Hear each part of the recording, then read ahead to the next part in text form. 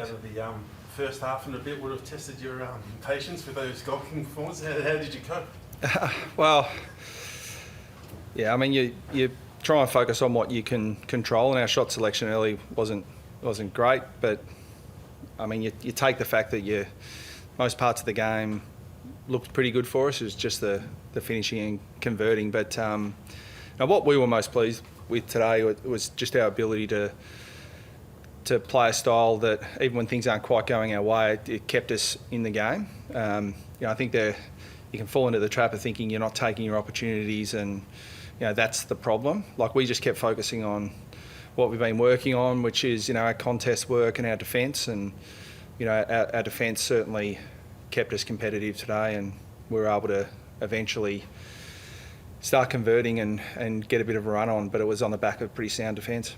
Did Jake Stringer's game today feel like sort of summed it up? There were moments of brilliance, there were misses, there was a bit of everything. Yeah, he's going to do that. Because he's such a unique player. But some of his body work in the marking contest was fantastic, and he looked really lively and looked like a handful. And we thought that Wiedemann early on looked likely, and just a really courageous effort to do what he did. And it's unfortunate that he was subbed out with concussion, and probably, well, if it is a concussion, that means he misses next week. But he was the Wiedemann, Phillips, Draper, Jones, makes Stringer sort of a hard matchup with what's left over after those guys are defended well. So, I think Jake Edward was at 10 shots at goal, so he was pretty lively. But I was really pleased with his ability to fall into our team defence today, and I thought, I asked for a big effort from him in that space, and he did it really well. You've consistently said you're going to play the long game with Stringer in terms of reintegration. Do you feel, vindicated today with the approach the club's taken with him? Oh, I never sort of feel the need to be vindicated, but we just felt it was the right approach, and that doesn't guarantee you anything, but it just sets him up to give him every chance, and probably a couple of players who are on the road back from pretty lengthy stints in the rehab area, Cox and Zach Reed, and we've just been really consistent with getting guys fit and giving them the best chance to play well. And the thing with Jake is that all eyes are on him, so I don't think it's fair to these guys to put them out when they're 50% and just open them up to criticism, and more importantly letting the team down because they can't do what we know they can. So it was just a matter of getting him back into the best possible shape we could. What did you make of his Tory on the run from 50 out? Yeah, I haven't seen that in a long time. Well, they say as coaches, it's fine when you kick them. Today, what you've talked about with Jake, where you've said you're looking to focus on what he can do really well and maximise that rather than maybe others look at what he can't do. Is today sort of a little bit of a window of that? Yeah, I think it is. Yeah. We want to play him in a position to his strengths, and that doesn't give him an out. He's got to defend and do all the things we expect of our team defence mechanisms, and he really focused on that today. And it's amazing. It's a really good one for him if he doesn't already know, and I think he does, that you can focus on that defensive part of the game and still have 10 shots at goal. What was the thinking behind the late change, bringing in Phillips? Oh, it's just where we thought we could get an advantage. It's a really hard one. I know there's been some commentary throughout the week around, naming a sub, having someone named out.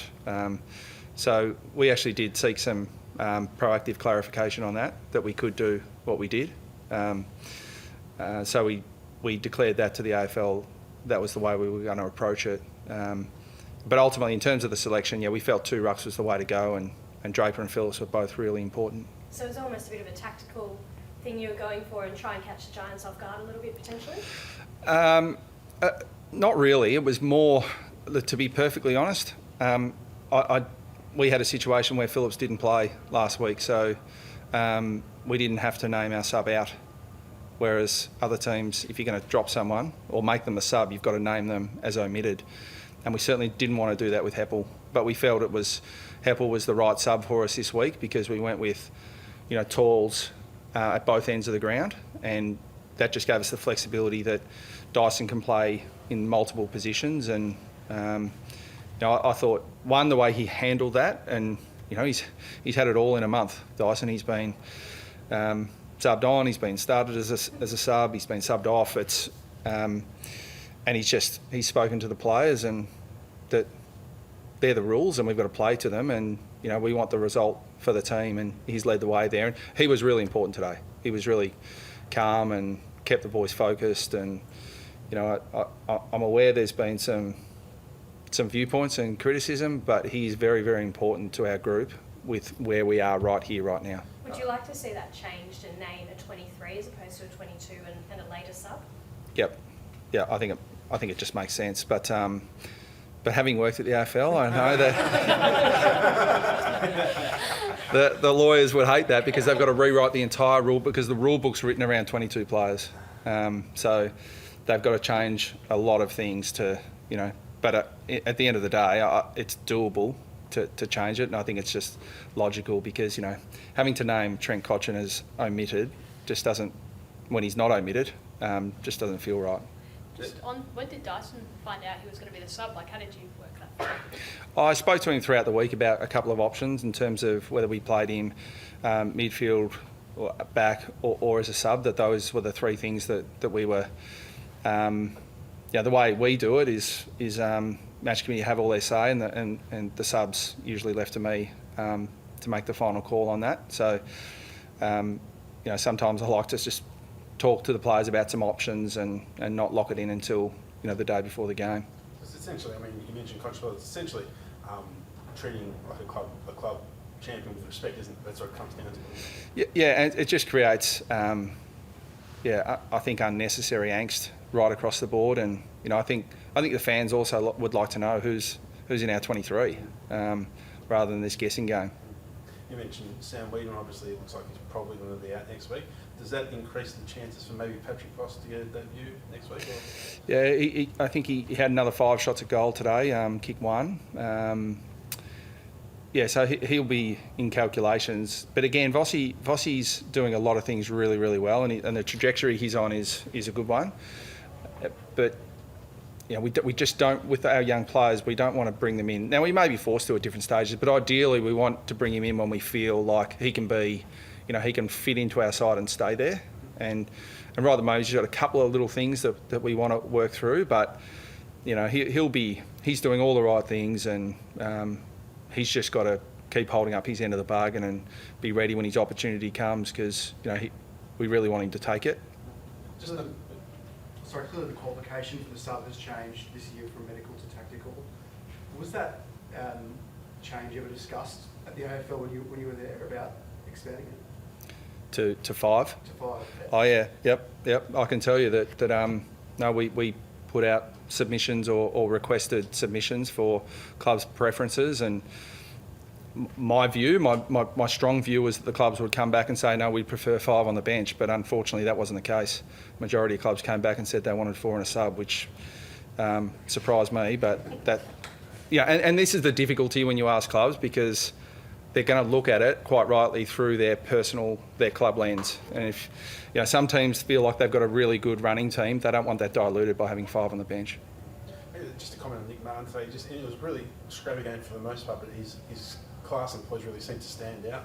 Just a comment on his performance. I thought the goal he kicked was at a really pivotal moment, because we were peppering and I think we were taking some unrealistic shots, and it was his finish, but it was also the setup to that was really important. And when the game's really hot and contested, players who handle the ball cleanly really stand out, and I thought he stood out today.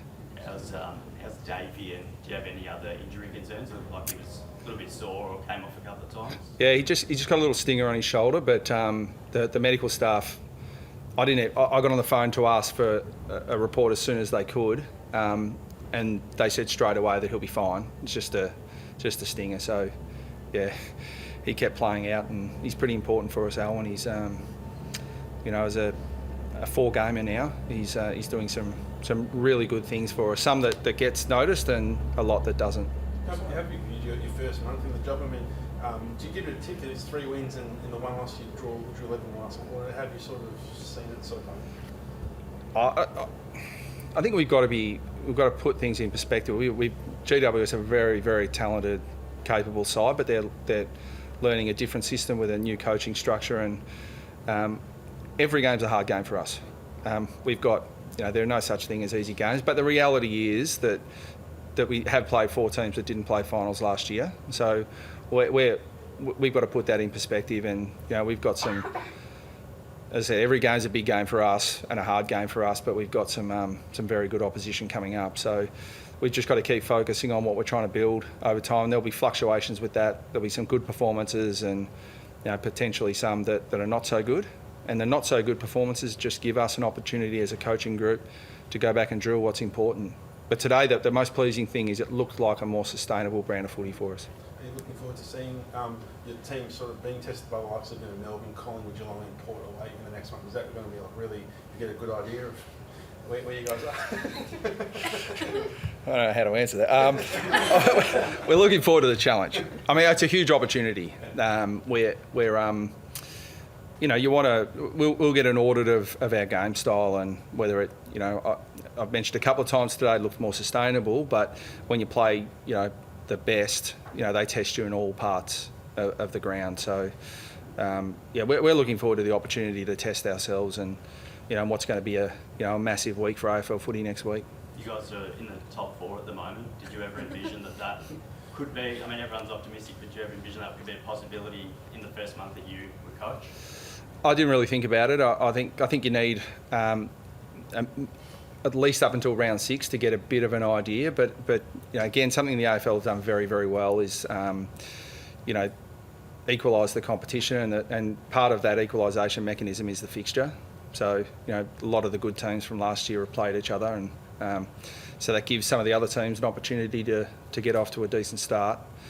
But to be honest, I don't really look at the ladder until round 6 and onwards, because it doesn't tell me a lot right at the moment. Parrish was a pretty strong performer today. He said during the week that he's going to probably put off contract talks to the end of the year.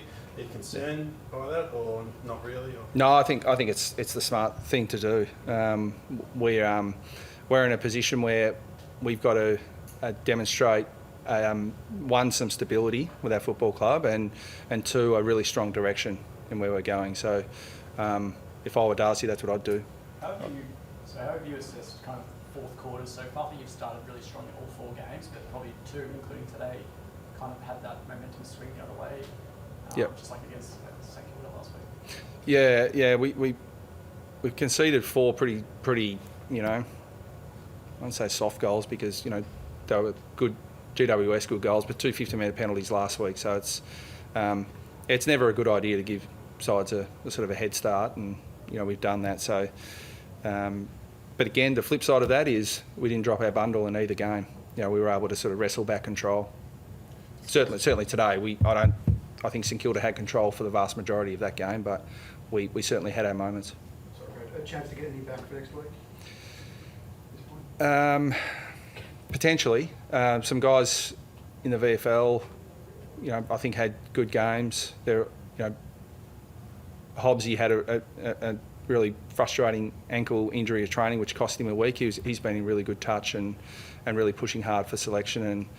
And Anthony McDonald-Tippin Woody played today, and Nick Hind and Massimo were very unlucky, to miss out. And by all reports, both played very well in the VFL. So we've got probably a few more injuries than we'd like, but it's pleasing that we've got some guys that are worthy of selection that are not in our team at the moment. Yeah, omission of Massimo was probably a bit of an eyebrow raiser for a few. What was your discussion with him at selection for that call? Again, just that we all pick the team based on what we think is going to give us the best opportunity week to week, and just to stay optimistic and stay focused on what he can control. And I think I know his attitude's been sensational, and we're still feeling our way, to be honest, as a coaching group, and what's the best look for us. And we throw Langford around here, there, and everywhere, and eventually we'll get a little bit more settled. But this year particularly, we want to have a look at a whole lot of players, and the pleasing thing is that Hind and Mass are performing really well. Will Snelling's in that category too, so we'll I think add another 25. Not that everything's about possessions, but had the ball 25 times, kicked 2 goals, spent an emergency every week. That's a really hard role to play, and so to answer your question, I just have to invest some time with those guys. They don't have to agree with the decision, but they need to understand it. Just with the spread, I thought today that both Sendo and Nick Martin were pretty helpful with how they that you guys find that with, albeit at Marvel, it can be quite difficult, but you've got Ed Langdon and Lockie Hunter next week, and how do you see your 2 boys to start this season on the wings? And I think there's a lot of clubs that can rely on 2 names quite quickly to fill those spots. Yeah, well, we've probably moved a few guys through there, and Dyson's played that role, and we do have some midfielders that aren't playing really high midfield time at the moment. Guys like Caldwell and Perkins that are really capable midfielders. So they'll play some wing time for us as well. But Langdon and Hunter, it's a big challenge. Just Anthony, do you feel like you've got what you needed into him to contend for selection again? We're going to Footy.